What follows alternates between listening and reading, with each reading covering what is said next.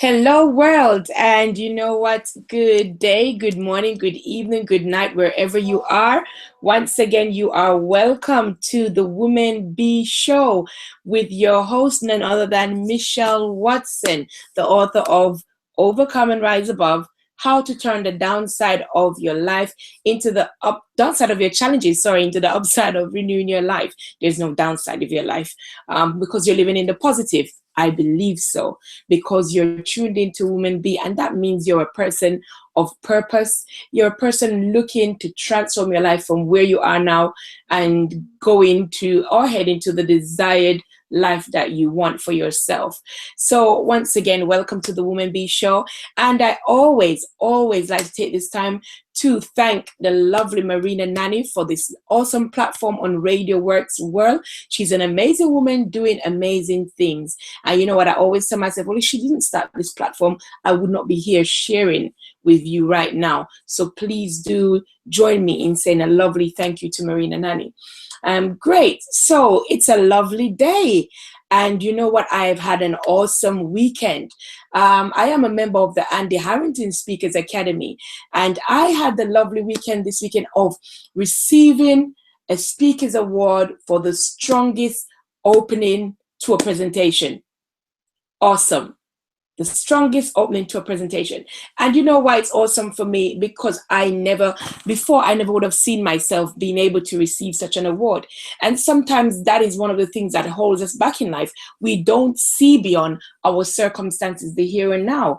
And I didn't just win an award, but I also got nominated for quite a few other categories. So I'm feeling very chuffed and very excited this morning. So guess what? I wanted to share with you, as I told you the last time that we spoke about bad association and how it corrupts good manner. So I had said this week we will be speaking along the lines more of motivation. And I thought, what is the best way to get people jump started in this direction for now? And the best way would be to look at certain quotes that have meant so much of importance to me and have helped to motivate me in one way or the other, and share them with you this morning. And then next week we'll look further into other things, in going more in depth into motivation and aspiration and all the things to get you pumped up, because it's all good receiving content, receiving knowledge. But if you're not in the right mindset to put this knowledge into practice, then it just won't work. You know, there's so many people that goes to seminars, conferences, and you get all pumped up, but within 2 days, that energy goes. Now, don't get me wrong, you won't necessarily continue with that high energy throughout, but you need to have a certain level still with you in order to be consistent in what you're doing. So this morning, don't know if it's night for you where you are, it's still morning for me where I am, or actually afternoon. But right now, I want to share a few quotes with you, and I do hope that it will be an encouragement to you as it has been to me. And we will just dive into them. I will mention them, and then I will also show you how they apply to my life and possibly may apply to yours. Right. So one of the first quotes that I love, I enjoy, and it resonates so much with me. And it says, a difficult road or difficult roads often lead to beautiful destinations. Did you hear that one? Difficult roads often lead to beautiful destinations. Wow. Is that not amazing? And you know the reason why it resonates so much with me? I look at my life, especially over the weekend, and when I saw my name on that board amongst so many powerful speakers, people that are out there doing great things, and I saw my name on the board, and I'm thinking, little me, Michelle Watson, that is coming from domestic abuse, that is coming from a point in life where I wanted to take my life, that is coming from a point where my self-esteem was just so low, I could not even apply for jobs that I was qualified for, you know, and to see my name there in lights, it really, really touched something in me. And that's why I had to share this quote first, because my difficult roads, I believe, have led me to this beautiful destination. I don't think if I didn't go through the challenges I went through, I would be here sharing anything with you today. because going through those difficult challenges, they made me stronger. They've made me have a lot more belief in myself as to my capabilities. And you know what? Experience. I always tell people experience is one of the greatest teachers. I could not speak to women about overcoming domestic violence or overcoming suicidal tendencies, anything like that, if I didn't go through it. Yes, there are some people that are out there that are teaching it from the textbook. Don't get me wrong, I'm not saying they're not qualified. But you know what? I can give you the raw facts and I can resonate a lot more with you because I have been there. I do hope that makes sense. So, yeah, you may be going through a difficult challenge right now. You may be going through a low moment in your life, because I know you may be saying, yeah, Michelle, it was easy for you. No, it was not easy for me. You may say, yes, Michelle, you had a big family, but you know what? When you're at that point in your life, you've tuned yourself out from everything and from everyone. Having a big family at that moment does not matter to you. And I just want to say that maybe you're going through that for a reason. You know, it's the great Willie Jolly that said in one of his books, and he says it in a few of his presentations, that maybe your setback is a setup for a comeback. And I believe that strongly. I got set back, but guess what? It set me up for a massive comeback. And that's why I'm here doing what I am doing now. So don't look at your circumstances as being the end of the world. Don't see your life being embedded in the just here and now. See beyond that, because that is what will give you hope. That is what will give you the faith to believe that there's something better at the end of the road. There's a beautiful destination that you're going to. And I tend to tell my clients or people that I am communicating with that, you know what, I want you to pay careful attention to the difficulty that you're going through now. Make notes. Pay careful attention to the things that has happened and how you have reacted to it. Because you know what, you just may, it just might be that you're being prepared for something later on. You don't currently see it now, but possibly you'll see it later.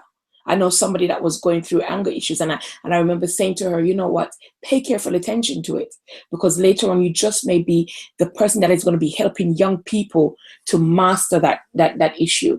And as I rightly said, and that is exactly the route where she is now. So please do pay careful attention to that. Great. So let me move on, because I have quite a few that I want to share with you. Quite a few. And I do want you to, if you can, make notes. So the one that I mentioned a while ago, it was difficult roads often lead to beautiful destinations. Great. Right. So next thing is the fact that some people pay so much attention to making mistakes. And mistakes are going to happen when you're going through a difficult situation. So the next quote I have for you is, mistakes are proof that you are trying. You know, I love this, and I first heard it from being at the Andy Harrington Speakers Academy. I first heard this from here when he said, there is no failure, only feedback. There is no failure, only feedback. So if you're trying things and it doesn't seem to be working, don't look at yourself as a failure. Mistakes are proof that you are trying. For the fact that you've made a mistake, that means you are actually putting things into practice. You're trying to make things happen. Just look at the mistake, and as I said before, see the lesson that is in that mistake so that you don't make the same mistake again. Does that make sense? Because at the end of the day, if you've not made a mistake, how will you learn from it? See, the mistakes that I've made in my past are the things that I can address now to better my future. So that's how I want you to look at things. Look at things in the way that, okay, I've made a mistake, but guess what? How am I going to deal with it? How am I going to ensure that this mistake doesn't happen again? And that's what I do with my daily life. And I try to teach my children that as well. Let them understand that, you know what, if you've made a mistake, you're not a failure. And mothers, I want you to pay careful attention to this, because sometimes we don't. Our child makes a mistake and we lay down so heavily on them. So they're trying to be so careful. They're walking on eggshells because they don't want to make a mistake. And I'm sure many of you can resonate with this fact that the moment you're trying too hard not to make a mistake is the actual moment you make more mistakes. So don't let them feel bad, because when they've made a mistake, because you've been so hard on them, they now start to feel bad about the fact that they've made a mistake, and they now have a down on themselves, and it's very hard to pick yourselves back up. But instead, give them a positive attitude to say, you know what, you've made a mistake. pay careful attention to it for the future. This situation might come up again, but at least you've learned the lesson to apply it later on. So please do pay careful attention to this, and it will help. Not just mothers, but even if you're a coach or you're a teacher, apply it as well. Let your clients, and I shared it with one of my clients this weekend. I said to him, you know what? Look at it this way. You're trying. So don't say you're a failure for trying. Before you tried, you weren't doing anything. So for the fact that you're now trying, it shows that there has been improvement. So yes, you may have made a mistake, but the fact is that you've started. You can always correct that mistake. And I remember my publisher, Jerry Robert, once mentioning and saying that you cannot correct a blank page. So some people, you want to write a book, you have a story new, but you're so worried about making mistakes when writing, you're so worried about punctuations that you never end up starting. But my question to you is, how can you correct something that you haven't started? So he always says, how can you perfect a blank page? So I want you to pay careful attention to that. And I do hope these quotes will help you. Right, so let's move on to the next one. Life is 10% what happens to you and 90% of how you react to it.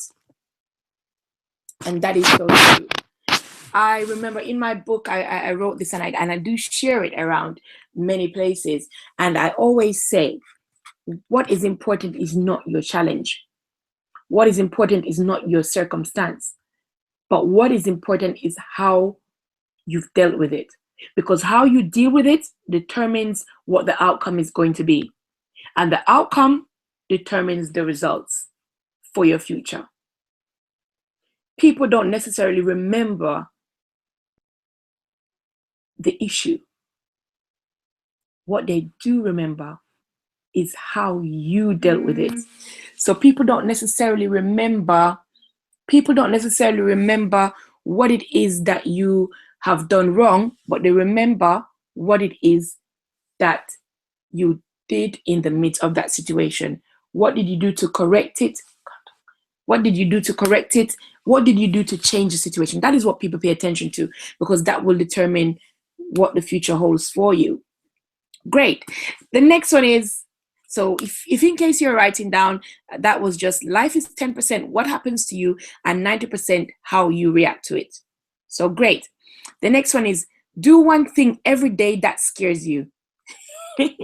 I know that's a bit of a scary one, isn't it? Do one thing every day that scares you. Let me break that down, because I shared that with somebody once, and they said to me, why would I want to be doing something that scares me? Well, this is what this quote is basically saying to you. If you're doing the same thing every day, the level of tension and everything just remains the same every day, then that tells me that you're not pushing yourself enough. That tells me that you're doing the same thing, but yet expecting different results. In order for you to move the bar, to go beyond, you need to be doing something different. If you're jumping a hurdle and it's the same height, eventually you're going to perfect it. Eventually it won't be a challenge, and eventually you're going to be getting the same results. But if you're moving that bar constantly, moving it notch by notch, each time you go over that hurdle, you move it a little higher, then that means you are pushing for greater things, because you don't want to remain the same level, because then that's the place of stagnancy. So that's what it means when you're saying do something that scares you. Do the unusual. Do something that you would have never normally done. And that's the only way that you will get a different result. Push the bar. If you're writing a book and you normally write maybe, let's say, one paragraph, push the bar a bit. Why not do 2 or 3? I know saying it might scare you, but why not do it? If you're looking for a job and you've decided that, you know what, you can't be dealing with the interviews because you keep getting turned down, guess what? Why not just go for it? Just go for the interview. You may have been applying for jobs like I used to do, just looking for cleaning jobs and packing shelves and all of that. Why not push beyond that? If you see something that appeals to you, but your mind has said to you that, you know what, that's beyond your capabilities, why not push the bar a bit? Why not just apply for it and go for it? And that is what it's saying. Do something that's scary. It might scare you to do it, but you just might surprise yourself. So let me repeat that for you. Do one thing every day that scares you. When I first decided to be a radio host on Radio Works, well, did it scare me? Yes, a bit, because then I know it's far different from when you're doing your recording and you can look at it and you can edit and you can change things. And sometimes that's what keeps us remaining in a level of stagnancy. Sometimes we want things to be too perfect. Why not just be natural? It's so much easier. It is so much easier for me to speak to you because right now, because I'm being natural, I'm being me, and I'm being very open and being honest. And I always say to people, it's more work being fake than being real. So scare yourself a bit. This next one, I absolutely love it, especially for those people that are always changing their goals because things get a bit too different. Listen carefully. Be stubborn about your goals and flexible about your methods. I'll repeat that again. Be stubborn about your goals and flexible about your methods. Why? Because many people, you set a goal and the goal is just right for you. But guess what? You come across a stumbling block, you come across a difficult moment, and you give up. And you change your goal because you're saying this goal is too hard. But yet, that was where you were destined to be. Guess what happens 9 times out of 10? You spend years and years of trying many different things, and guess where you end up? Right back to that goal that you gave up so many years ago. You see, it's not the goal that you needed to change at that point in time. It's possibly, most likely, the method. So if you're on your pathway at the moment to achieving a goal and things seem difficult and you're now questioning yourself, the first thing what I would like you to do is question your why. Is your why strong enough around this goal? The reason why you're doing it? If it is strong enough, and if you're passionate about it, why are you changing your goal? Why not be stubborn about change? I know people say it's not good to be stubborn. It's good to be stubborn with the right things. Because if you're not, any Tom, Dick, and Harry can come up to you and say something that will just make you change your goal. Then guess what? There wasn't a real positive why behind it. You didn't have a strong enough why. You see, it's very difficult for somebody to come to me now and say, Michelle, no longer do Women Be. It would be very difficult because I have a strong why behind why I'm doing it. So if things become difficult, I won't change that goal of continuing Women Be or letting it grow and expanding it to another level. No, what I would be changing is the method of how I'm doing it. That is what I would change. So I want you to pay careful attention to that. When you're having difficulties in the midst of achieving your goal or going for your goal, don't change the goalpost. Don't move the goalpost. Change the method of how you get there. And the next one, it says, wake up with determination and go to bed with satisfaction. Wake up with the determination that the things that you've designed for yourself to do, you're going to get them done. So I always say to my clients, and I do it for myself, whatever it is that I want to accomplish the next day, I write them down from the moment that I'm going to be going to my bed. Before I go to my bed, I should say, sorry. So that I have in my mind relaxed. Don't get it out of your mind. Because that's what we tend to do. I used to do this a lot. I still do sometimes, but I'm correcting myself. And it's that I used to have it in my head what I want to do tomorrow, and I am analyzing, and then I can't sleep. Get it down, write it down, and tell yourself, this is what I'm going to accomplish tomorrow. And go to sleep. Go to sleep with satisfaction that what I wanted to do today is done. That is how you get your satisfaction. So throughout the day, try your best to achieve at least one thing. I always say to people, time management is key. Try and see if you can cover everything. But guess what? If you have 10 things and you've accomplished a major one, you can go to bed with some satisfaction that at least you've accomplished something. Your day didn't totally go to waste. So that's what I'm saying to you today. Go to bed with satisfaction, but wake up with determination that you're going to achieve the goals that you've set for yourself. Great. This next one, I believe, was from the great Brian Tracy, and it says, the future belongs to the competent. Get good, get better, be the best. Some people, you just want to jump from never ever starting to being the best. Don't do that, because then guess what happens? When you've not become the best, you then give up. You lose all competence and you just stop. Get good, get better, then become the best. That makes you be consistent. That will help you to be competent in your areas of expertise, because some people just want to skip the middle bits, and the middle bits are very important. I know some of us would have preferred not to live the middle bits of our life because it was possibly the time when things were the most difficult. But as I said before, those difficult times will lead to a beautiful destination. So pay careful attention to that. Obviously, because of time, I'm rounding up. So I just have just a few more to share with you, and then I'm finished for the day. The next one is the best way to predict the future is to create it. The best way to predict the future is to create it. Create your future. Stop depending on people to create it for you. And I will say this as well about your day. Many of you, you're sitting down and you're waiting on somebody to make you happy. Create your own happiness. You're sitting and you're waiting for somebody else to do what it is that you need to do for yourself. Get a move on. Stop waiting. Because you know what? People are busy doing their own thing.